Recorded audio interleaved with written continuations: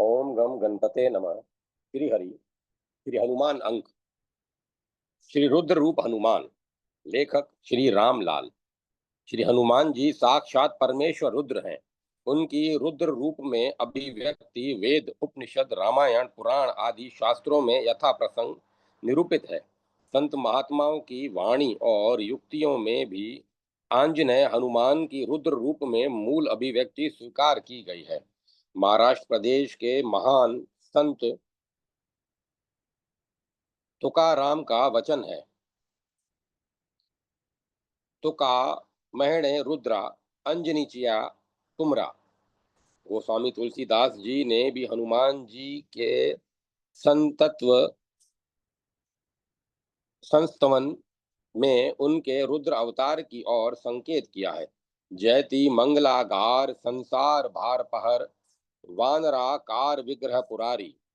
श्री हनुमान के पर ब्रह्म स्वरूप का चिंतन हमारे पुराणों में अधिकाधिक उपलब्ध होता है।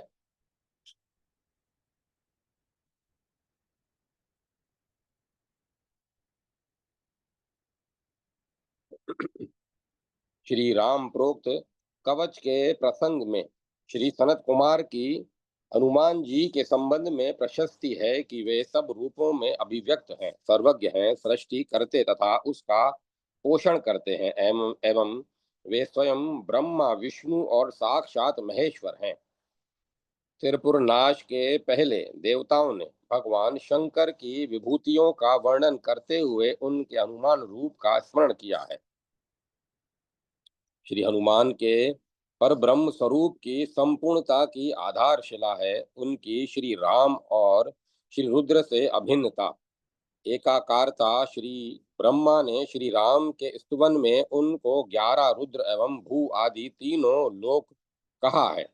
ओम जो सुप्रसिद्ध श्री रामचंद्र जी हैं वे अवश्य ही भगवान हैं, तथा जो 11 रुद्र हैं और भू आदि तीनों लोक हैं वे भी उन्हीं के स्वरूप हैं। उन भगवान श्री राम को निश्चय ही मेरा बारंबार नमस्कार है। उपर्युक्त स्वरूपगत अभिन्नता का स्पष्टीकरण श्री हनुमान अष्टक में भी उपलब्ध होता है। श्री महादेव जी और श्री राम के परम तेज स्वरूप पवन कुमार हनुमान आ गए। श्री हनुमान के पर ब्रह्म स्वरूप का वर्णन शुक्ल यजुर्वेदीय तार सारोपनिषद में भी मिलता है। मिथिला के राजकीय उपवन में राज ऋषि विदेह जनक को पर ब्रह्म विद्या का उपदेश देते समय महर्षि याज्ञवल्क्य ने अपने 2 शिष्य बृहस्पति और भारद्वाज के प्रश्न करने पर अविमुक्त क्षेत्र ब्रह्मा, विष्णु और रुद्र तथा ओम नमो नारायणाय अष्टाक्षर मंत्र के तत्व पर प्रकाश डाला है।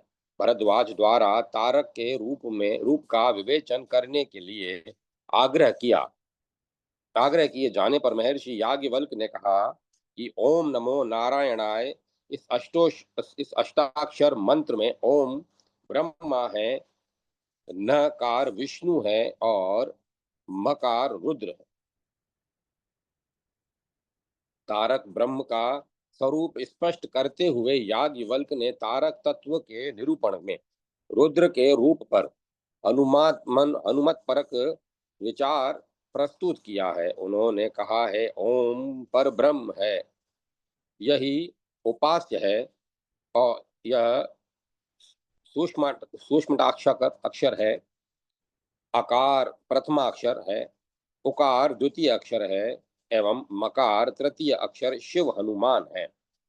पर ब्रह्म नारायण ही शिव स्वरूप हनुमान है।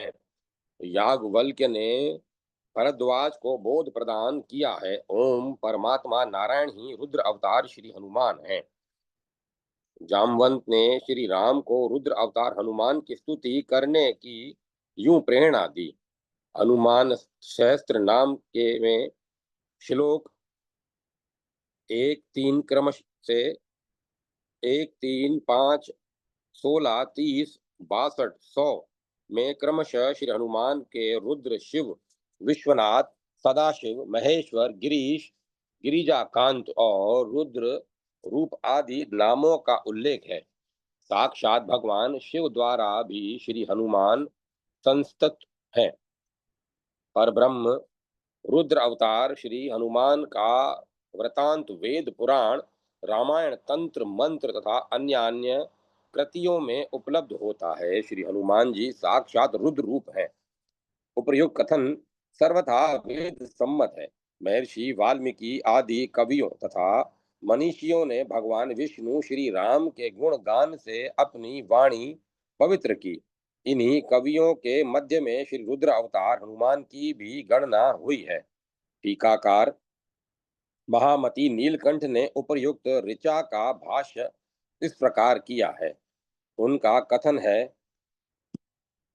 भाष्य आशय यह है कि सोम किरणों के रूप में सुधा की सहस्त्र सहस्त्र धाराएं अथवा स्वरूप है। स्वरूप से ही सच्चिदानंद में अनंत प्रवाह प्रकट करने वाले सर्वत्र व्यापक परम पवित्र महाविष्णु श्री राम के निमित्त मनीषी कवि वाल्मीकि आदि उनके गुणगान के द्वारा अपनी वाणी को पवित्र करते हैं। उन्हीं इन्हीं कवियों में रुद्र के अवतार श्री हनुमान जी भी हैं, जो स्वभावतः अद्रोही, किसी के साथ द्वेष न रखने वाले हैं। ये ईश्वरी अद्भुत गति वाले तथा गुप्तचर अर्थात सीता का अन्वेषण करने वाले दूत हैं। इनका संरक्षण बहुत सुंदर संचरण बहुत सुंदर है और ये अन्वेक्षणीय मानव मूर्ति सीता के प्रत्यक्षदर्शी है। इन्होंने सीता को लंका में ढूंढ निकाला और उनका साक्षात साक्षात दर्शन किया। वाल्मीकि की भांति रुद्र हनुमान भी रामायण हनुमानटक आदि की रचना करने वाले हैं, किंतु उनमें श्री राम के प्रति दास्य भाव का सौभाग्य अधिक है। इसी तरह दूसरे लोगों को भी चाहिए कि वे श्री राम के स्तवन से वाणी को तथा दास्य सेवा से शरीर को पवित्र करें। ऋग्वेद में मंत्र दृष्टा ऋषि द्वारा स्वकार्य सिद्धि के लिए स्वरूप रुद्र रूप हनुमान के आवाहन का वर्णन मिलता है। उपर्युक्त मंत्र का मंत्र रामायण में नीलकंठ ने इस प्रकार भाष्य किया है। श्री हनुमान एकादश रुद्रों के मध्य 11वें रुद्र हैं। शत्रु का संहार करने वाले हैं। वे परम कल्याण स्वरूप साक्षात शिव हैं। हमारे पुराणों में हनुमान जी के रुद्र अवतारात्मक प्रसंग तथा वृतांत प्रचुरता से प्राप्त होते हैं। निस्संदेह प्राय सभी पुराणों में राम कथा के संदर्भ में हनुमान जी का चरित्र चित्रण मिलता है। नंदीश्वर ने सनत कुमार से श्री शंकर जी के हनुमान के रूप में आविर्भूत होकर लीला करने का वृतांत वर्णन किया है। नंदीश्वर ने कहा है कि मुने, अब हनुमान जी का चरित्र सुनिए। उनके रूप में प्रकट होकर शिव जी ने सुंदर लीलाएं की हैं। श्री हनुमान के आविर्भाव के संबंध में कहा गया है कि एक समय शिव जी ने भगवान विष्णु का मोहनी रूप देखा। उन्होंने श्री राम के कार्य की संपन्नता को दृष्टि में रखकर अपना वीर्यपात किया। शिव जी से प्रेरित सप्त ऋषियों ने उसको पत्ते में रखकर अंजनी के कर्ण मार्ग से प्रवेश कराया। उस वीर्य से महाबली तथा पराक्रम युक्त वानर शरीर वाले हनुमान नाम के शिव प्रकट अवतरित हुए। त्र्यंबक संभव हनुमान जी से रक्षा करने की प्रार्थना की गई है। श्री सनत कुमार ने हनुमत कवच का वर्णन करते हुए उनके उपर्युक्त रूप का वर्णन किया है। उनका ध्यान किया गया है कि अंगद आदि महावीरों से रुद्र रूप श्री हनुमान वेष्टि घिरे हुए हैं। रुद्र रूप श्री हनुमान जी तरुण हैं, प्रसन्न मुद्रा में स्थित शिवांश है, भगवान श्री राम के वचन हैं। श्री हनुमान जी को शिव के प्रमुख गण नंदी के रूप में भी वर्णित किया गया है और वर्णन में भी उनकी रुद्र रूपता, शिवात्मकता सुरक्षित है। हनुमत सहस्त्र नाम के 99 श्लोक में उनका एक नाम नंदी भी कहा गया है। इस संबंध में यह प्रसंग भी उपलब्ध होता है। एक बार कैलाश पर्वत पर पुष्पक विमान की गति को अवरुद्ध देखकर राक्षस राज रावण ने दृष्टि दौड़ाई तो उसे पर्वत शिखर पर वानर रूप में स्थित नंदी दिख पड़े। उन्हें देखकर वह खिलखिलाकर हंस पड़ा। तब नंदी ने रावण को शाप देते हुए कहा, दशग्रीव, इस पर्वत पर स्वयं भगवान शंकर क्रीड़ा कर रहे हैं। तुम विमान द्वारा इस स्थान के निकट जा रहे हो और साथ ही मेरा उपहास भी कर रहे हो। अंत में तुम्हें शाप दूंगा। प्रजापति पुलह के वंश में तुम्हारा विनाश करने के लिए मेरे ही मुख से मुख वाले भीम पराक्रमी भयंकर वानर उत्पन्न होंगे। नंदी के उपर्युक्त शाप में उनके रुद्रांश का हनुमत हनु हनुद्रुप में प्रकट होने का संकेत उपलब्ध होता है और इस संकेत का स्पष्टीकरण पुराणों में भी मिलता है। नंदी की गणना 11वें रुद्र के रूप में की गई है। भगवान विष्णु के अंशों सहित श्री राम रूप में प्रकट होने पर उनके कार्य की संपन्नता के लिए नंदी हनुमान के रूप में अवतरित हुए। उल्लेख है कि शिलाद ऋषि की तपस्या से प्रसन्न होकर साक्षात भगवान शिव ने आयो निज रूप से नंदी होकर प्रकट होने का वचन दिया था। अतः यह तथ्य स्पष्ट है कि नंदी के रूप में अवतरित होने पर आयोनिज 11वें रुद्र ही हनुमान है। महाराज भोज ने स्वरचित चंपू रामायण में वर्णन किया है कि रावण समीर पुत्र हनुमान को अपने सम्मुख उपस्थित देखकर आश्चर्यचकित हो गया। उसे कैलाश उठाने के अपराध में नंदीश्वर ने जो शाप दिया था उसका उसे स्मरण हो आया और उसने समझ लिया कि शिव पार्षद नंदी स्वयं वानर रूप में यहाँ आ गए हैं। महाकवि गिरिधर कृत गुजराती रामायण में वर्णन है कि केसरी की पत्नी अंजनी की तपस्या से प्रसन्न होकर रुद्र ने उसे वर मांगने के लिए कहा। तब अंजनी ने उनसे वर मांगा, आप मुझे तेजस्वी पुत्र प्रदान कीजिए। भगवान शंकर ने प्रसन्न होकर कहा, तुम धन्य हो, तुम्हारे उदर में 11वें रुद्र प्रकट होंगे। शंकर कहे, धन्य अंजनी तने पुत्र थाशे नेट रुद्र जे अगियारमा ते प्रगटे से तुझ पेट। ठीक इसी समय एक ग्रंथरी ने चरु गिराया। वायु का वेग तेज था। वायु के द्वारा चरु अंजनी के हाथ में आ गया। अंजनी ने शिव मंत्र का उच्चारण कर चरु खा लिया। शिव मंत्र फणी ने अंजनी बख्श की दो ते।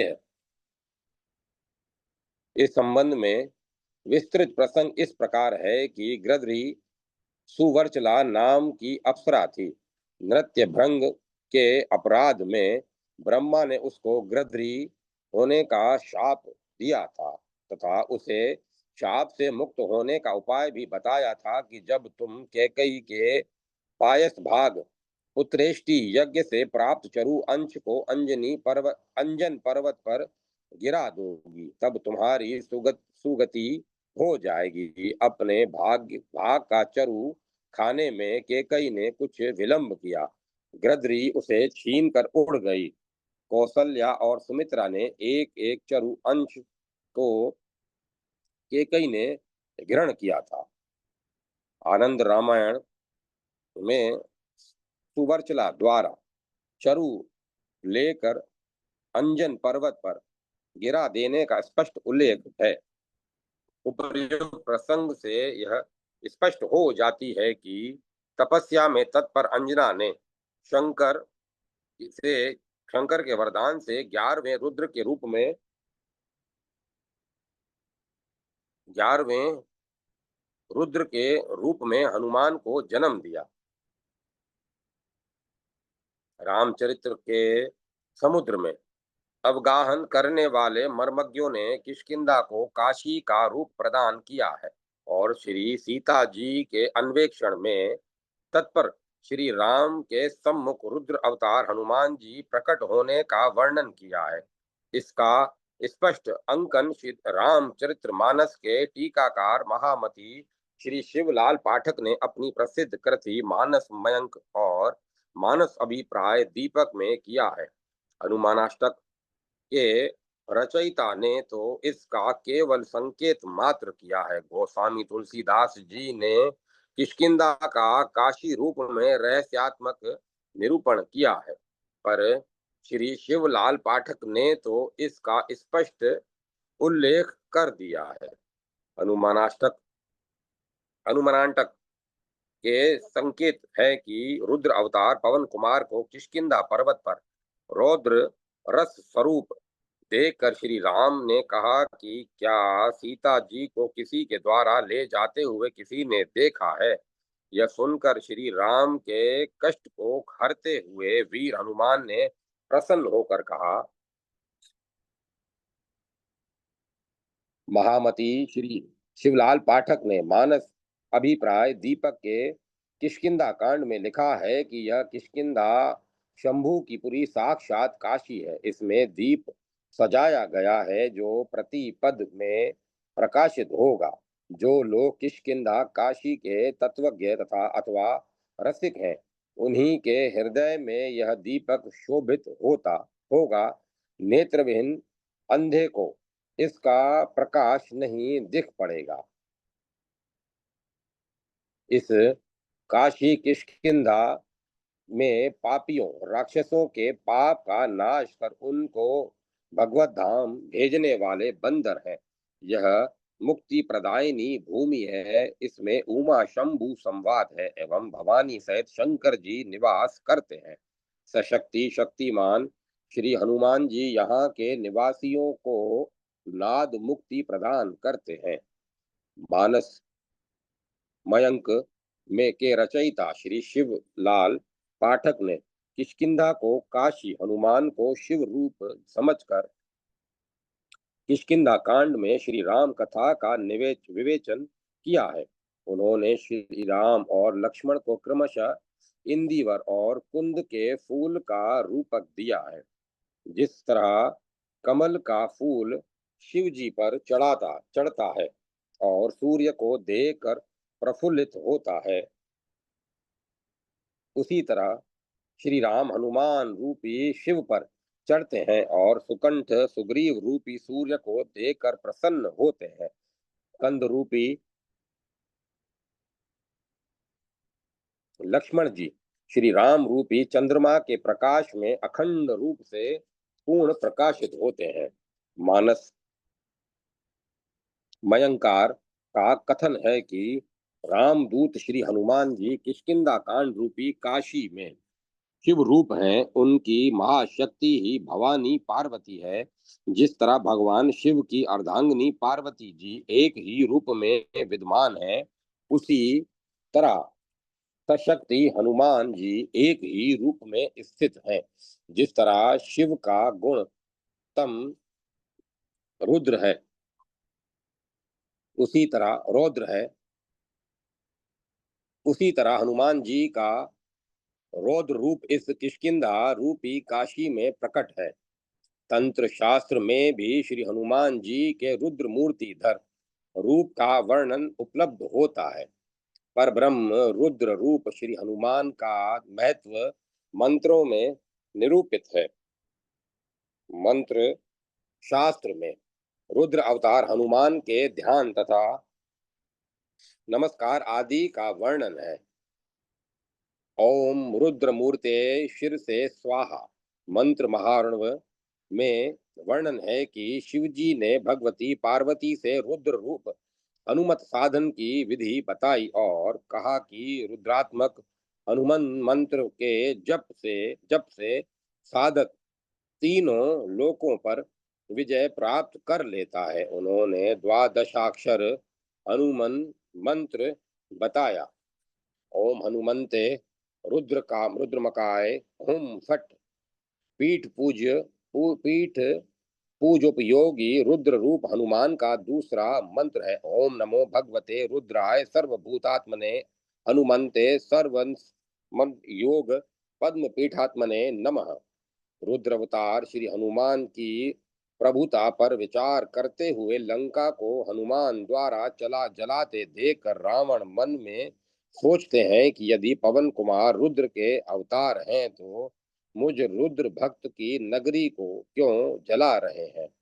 मैं नहीं सम मैं समझ गया, पिनाकधारी शिव मेरे द्वारा 10 मस्तकों के समर्पण से प्रसन्न हो गए, पर 11वें रुद्र प्रसन्न न हो सके। यही कारण है कि रुद्र अवतार हनुमान जी लंका जला रहे हैं। मैंने पंक्ति भेद किया, और पंक्ति भेद करना कभी कल्याणप्रद नहीं होता। श्री राम ने कुंभकर्ण के साथ युद्ध में रुद्र रूप हनुमान को देखा। वे महावीर उस समय उग्र नरसिंह के समान लाल लाल नेत्र किए हुए रणभूमि में आए। महाराजा रघुराज सिंह ने अपनी प्रसिद्ध रचना राम रसिकावली में लिखा है, महेश रूप हनुमान ने श्री सीता जी के शोक रूपी हलाहल विष का पान कर लिया। भगवती श्री सीता ने पंचाक्षर शिव मंत्र द्वारा श्री हनुमान को तृप्त किया था। लंका से वापस आने पर श्री सीता जी ने एक दिन श्री हनुमान को प्रसाद ग्रहण करने के लिए निमंत्रित किया। वे उनको बार बार भोजन परसती गई और वे उसे समाप्त करते गए। श्री सीता जी आश्चर्यचकित हो गईं। उन्होंने ध्यान योग से समझा कि हनुमान तो साक्षात गंगाधर रुद्र हैं, जो वानर रूप में प्रकट हैं। उन्होंने नमः शिवाय मंत्र का उच्चारण कर भोजन अर्पित किया। श्री हनुमान तृप्त हो गए।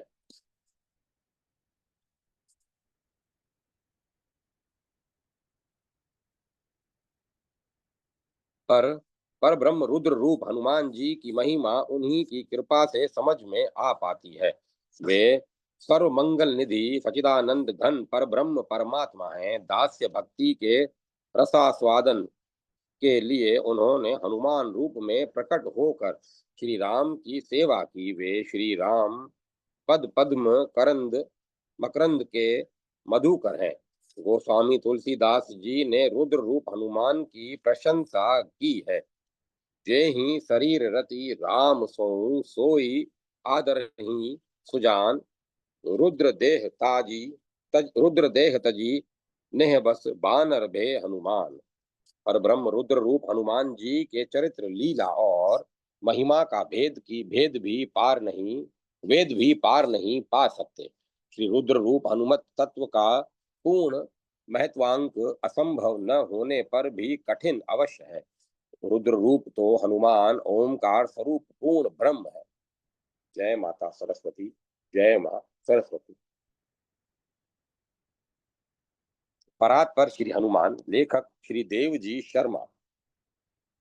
तुम सर्वथा निर्विकार हो, अतः देह बुद्धि इंद्रियां और दुखादि ये न तुम्हारे गुण हैं और न तुम स्वयं हो।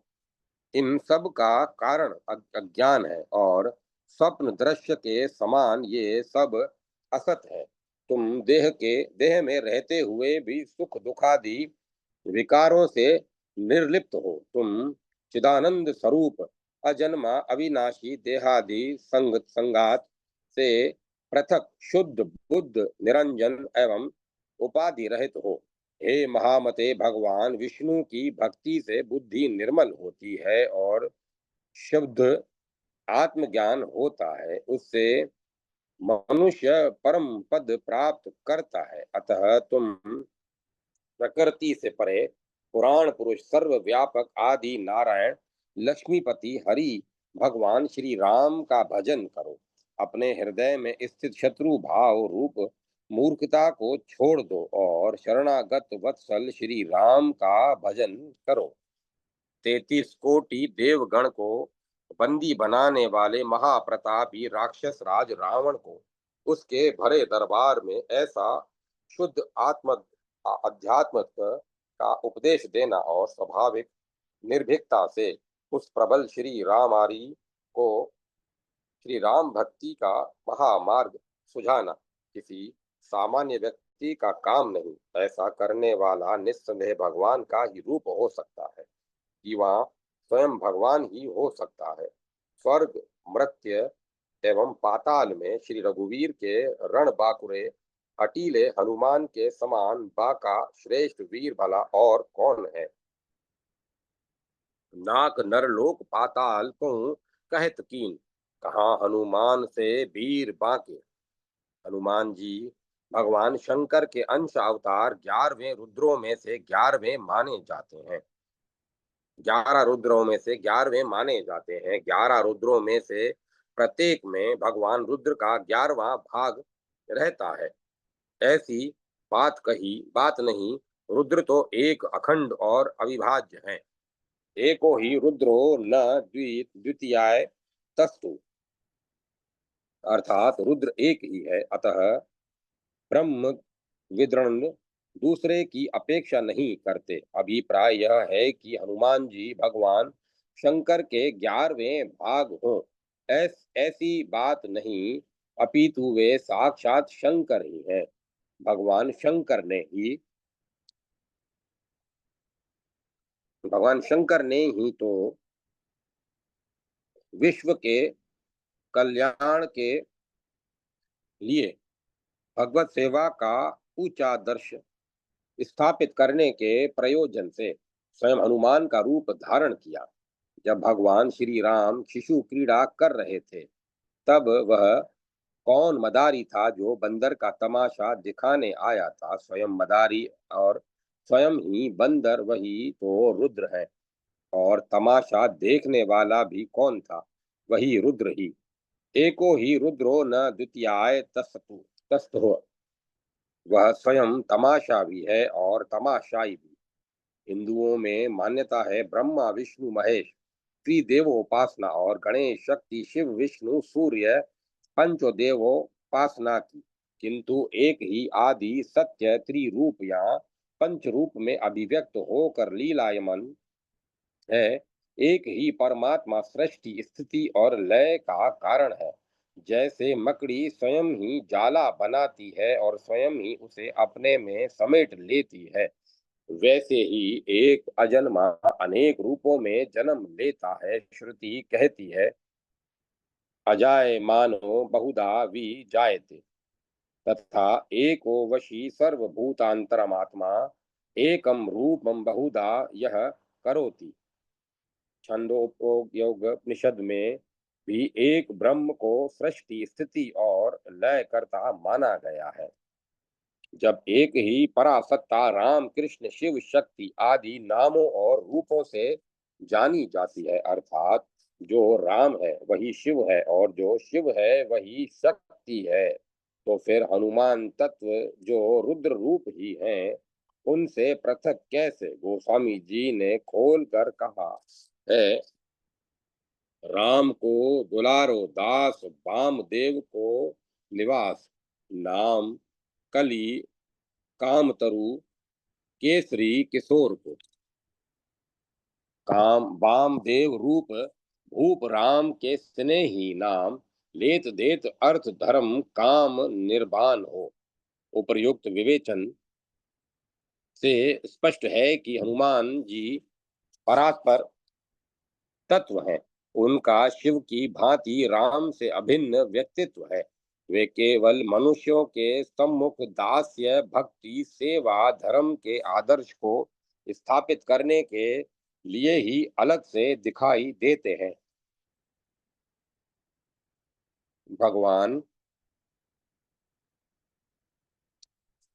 क्योंकि भवसागर को पार करने के लिए सेवक सेव्य भाव आवश्यक है।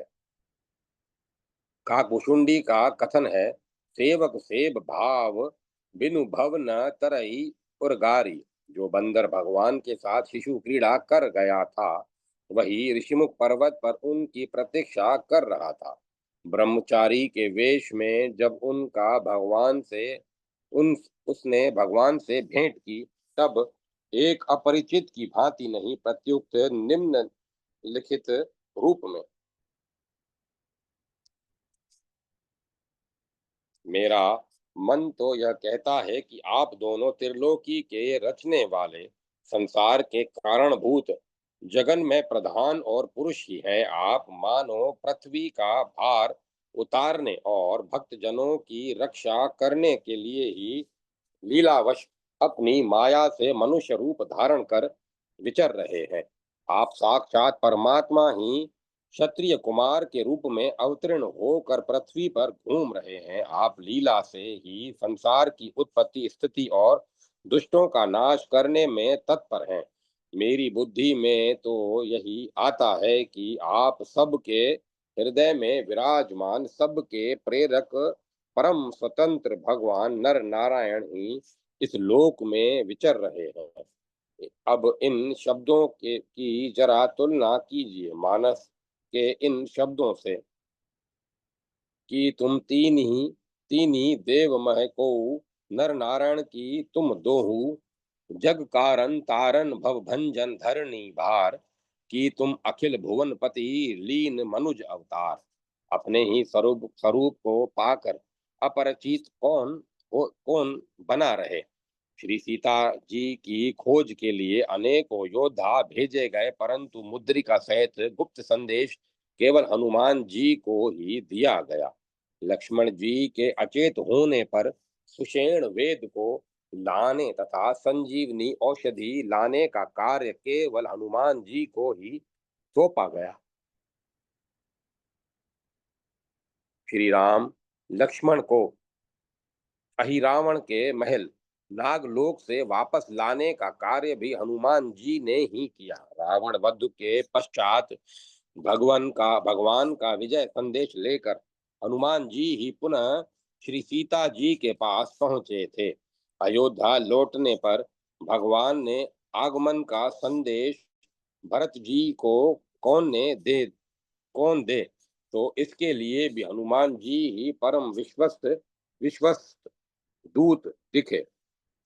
भगवान के राज दरबार में अपना हृदय चीर कर उसमें भगवान का साक्षात्कार कराने का काम भी केवल वे ही कर सकते थे।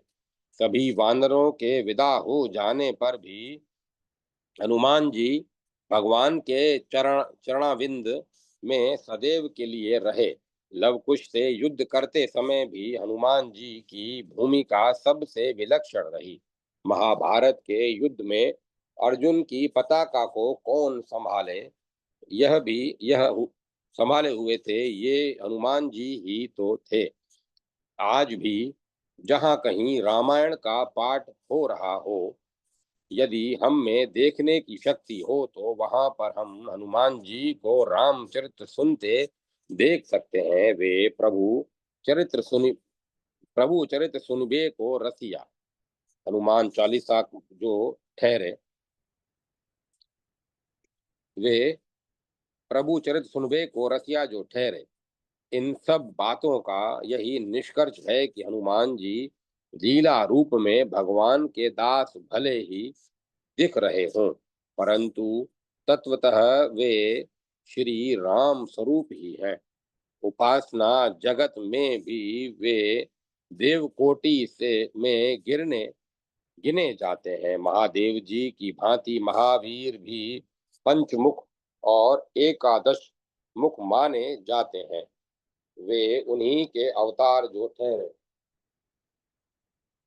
कार्तिक कृष्णा चतुर्दशी को प्रदोष काल में अंजना देवी के गर्भ से हनुमान जी का जन्म हुआ, अतः इस दिन उनकी जयंती मनाई जाती है।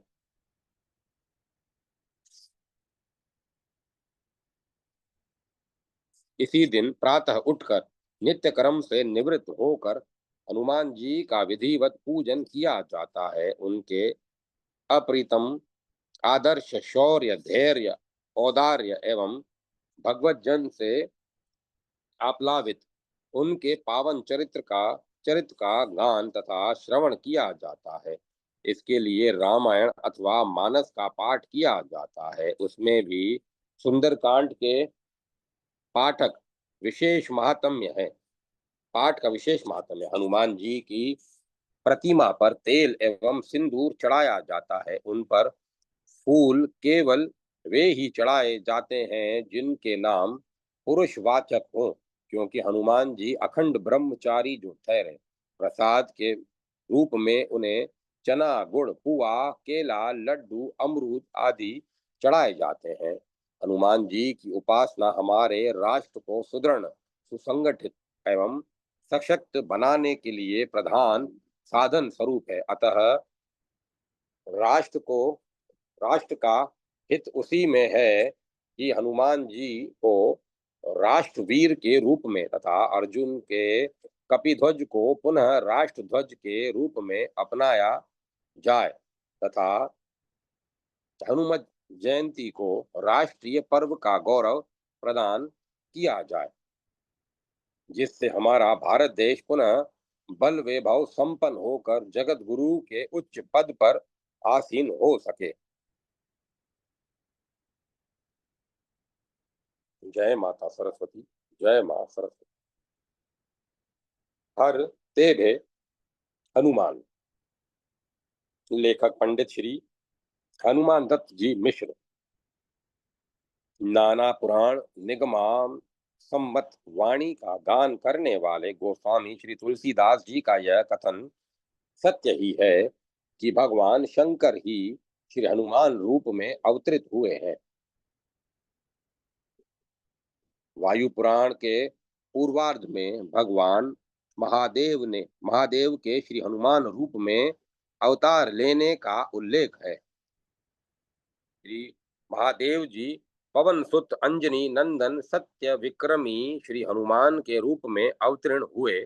स्कंद पुराण में भी श्री हनुमान को स्वयं शंकर बताया गया है। 11वें रुद्र ही अमित तेजस्वी विष्णु की सहायता हेतु महाकपि हनुमान हुए। अगस्त्य संहिता में श्री हनुमान जी के अवतार की तिथि घड़ी आदि का स्पष्ट वर्णन करते हुए उन्हें शिवावतार बताया गया है। कार्तिक कृष्ण चतुर्दशी भोमवार स्वाति नक्षत्र मेष लग्न में माता अंजनी के गर्भ से स्वयं शिव जी ने कपीश्वर हनुमान के रूप में अवतार ग्रहण किया। उसी के 32वें अध्याय में 12वें श्लोक में भी श्री हनुमान जी को रुद्र अवतार बताया गया है। अपने यश समूह से त्रिभुवन को उज्जवल कर देने वाले वज्रदेह तथा रुद्र अवतार कहलाने वाले हनुमान हनुमेद हनुमदेक मुखी कवच हनुमदे के मुखी कवच भी हनुमान को रुद्र अवतार भी कहता है। श्री हनुमत पंचमुखी कवच में भी श्री हनुमान को रुद्र मूर्ति कहा गया है। हनुमान स्तोत्र में भी श्री हनुमान को रुद्र अवतार माना गया है। श्री राम कथा के अनन्य गायक गोस्वामी तुलसीदास जी ने भी स्थान स्थान पर इस तथ्य का उद्घोष किया है। वे अपने परमाराध्य के पायक श्री हनुमान के विषय में कहते हैं, जे ही शरीर रति राम सोई आदर ही सुजान, रुद्र देह तजी नेह बस बानर भय हनुमान, जानी राम सेवा सरस समुझी करब अनुमान, पुरुषाते सेवक भय हरते भय हनुमान। सज्जन उसी शरीर का आदर करते हैं जिससे श्री राम से प्रेम हो। इसी स्नेहवश रुद्र देह त्याग कर हनुमान ने वानर का शरीर धारण किया। श्री राम की सेवा का आनंद अपने मन में जानकर ही ब्रह्मा सेवक जामवंत हुए और शंकर जी हनुमान के रूप में अवतरित हुए। हनुमान बाहुक में भी वे कहते हैं, राम को दुलारो दास बाम देव को निवास, नाम कली कामतरु केसरी किशोर को, करुणा निधान, बल बुद्धि के निधान, मोद महिमा निधान, गुण ज्ञान के निधान हो। वाम देव रूप भूप राम के सने ही, नाम लेते देत अर्थ धर्म काम निर्वाण हो। अर्थात हनुमान जी वामदेव शंकर के रूप में अपनी विनय पत्रिका में भी गोस्वामी जी ने श्री हनुमान को रुद्र अवतार, महादेव, वामदेव, पुरारी आदि नामों से संबोधित किया है।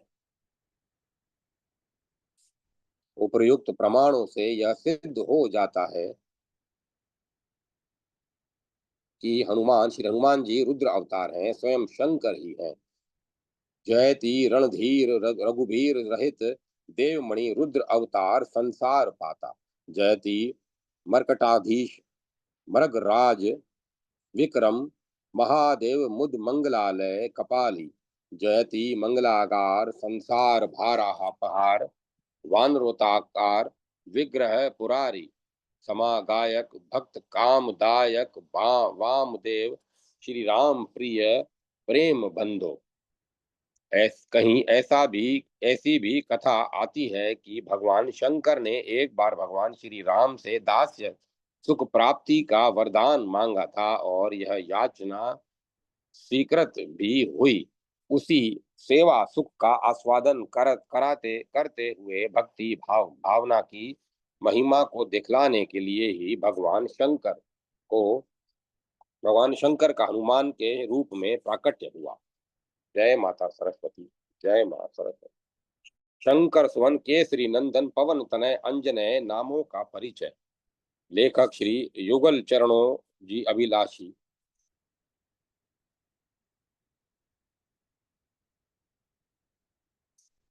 पुराणों और इतिहासों में श्री हनुमत चरित्र का अनेक रूपों में वर्णन मिलता है।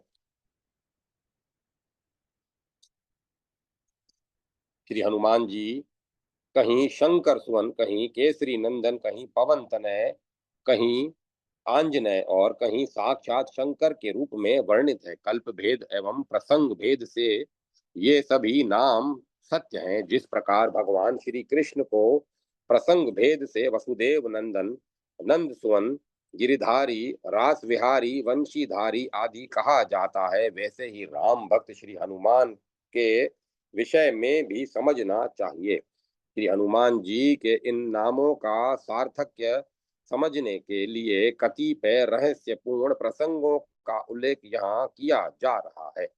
रुद्र अवतार श्री हनुमान एक बार भगवान शंकर भगवती सीता के साथ कैलाश पर्वत पर विराजमान थे। प्रसंगवश भगवान शंकर ने सती से कहा, प्रिय, जिनके नामों को रट रट कर मैं गदगद होता रहता हूँ, वे ही मेरे प्रभु अवतार धारण करके संसार में आ रहे हैं। सभी देवता उनके साथ अवतार ग्रहण करके उनकी सेवा का सुयोग प्राप्त करना चाहते हैं। तब मैं भी उससे क्या वंचित रहूं।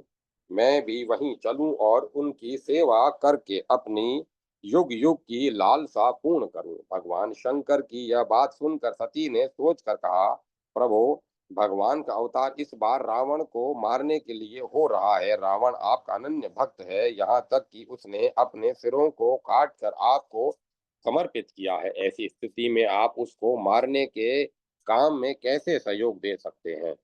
यह सुनकर भगवान शंकर हंसने लगे। उन्होंने कहा, देवी, जैसे रावण ने मेरी भक्ति की है, वैसे ही उसने मेरे एक अंश की अवहेलना भी तो की है। तुम जानती ही हो कि मैं 11 स्वरूपों में रहता हूँ।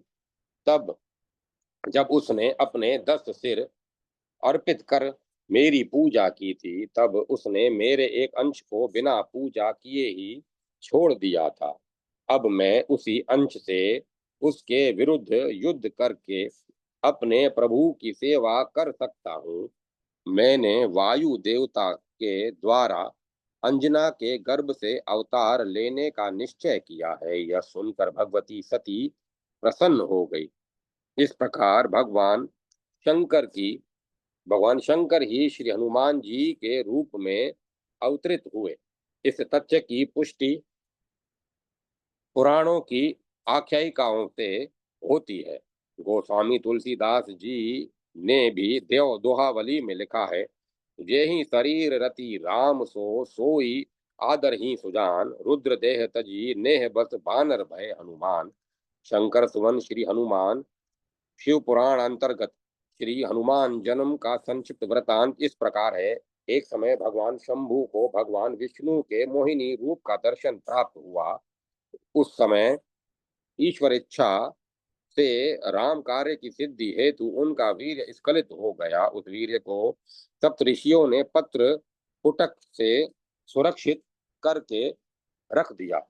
तत्पश्चात उन्होंने ही शंभु की प्रेरणा से उस वीर्य को गौतम कन्या अंजना के कान के रास्ते स्थापित किया। उस समय समय आने पर उस गर्भ से वानर शरीरधारी महापराक्रमी पुत्र का जन्म हुआ, जो शंकर सुवन श्री हनुमान के नाम से विश्व में विख्यात हुए। कथा अंतर भेद से इसका वर्णन इस प्रकार भी है। मोहिनी रूप दर्शन से स्खलित हुए शंभु वीर्य के विषय में भगवान विष्णु विचार करने लगे कि इस संभूत शुक्र का क्या उपयोग किया जाए। कुछ सोच विचार कर उन दोनों विष्णु और शंभु ने मुनियों का रूप धारण किया और उस वीर्य को पत्र तोरण से में लेकर वन ही वन आगे बढ़े। कुछ दूर जाने पर उन दोनों ने एक कन्या देखी जो घोर तपस्या में निरत थी। वे उसके पास जाकर बोले, तपस्विनी कन्ये, यह क्या कर रही हो? बिना दीक्षा लिए तुम्हारी तपस्या सफल नहीं हो सकती, अतः शीघ्र ही किसी योग्य मुनि से दीक्षा ले लो। तपोनिष्ठ कन्या अंजना ने उन दोनों मुनियों की बात सुनकर मन में विचार किया, ये तो सर्वकाल दृष्टा है, मेरे भूतकाल की बात को सत्य सत्य कह रहे हैं, अतः क्यों न इन्हीं से मंत्र दीक्षा ले ली जाए। यह सोचकर अंजना बोली, मुनिवर, आप योग्य एवं समर्थ हैं, मैं दीक्षित होने के लिए और कहाँ भटकूंगी, आप लोग ही मुझे मंत्र दीक्षा दे दें। तब मुनि रूपधारी विष्णु ने अंजना को मंत्र दीक्षा दी।